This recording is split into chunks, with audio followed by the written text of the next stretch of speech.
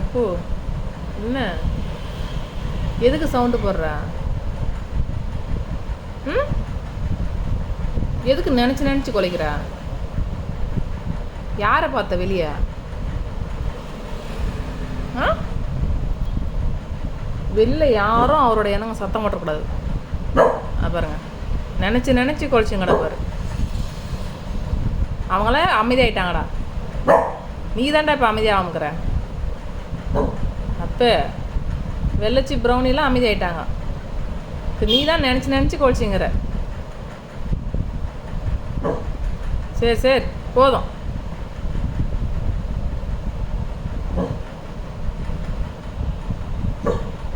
சரி கிட்ட போய் பார்த்துட்டு அப்போ இங்கேயே குழச்சிருந்தா எப்படியே போய் இருந்து போய் பார்த்துட்டு அப்போ என்னன்னு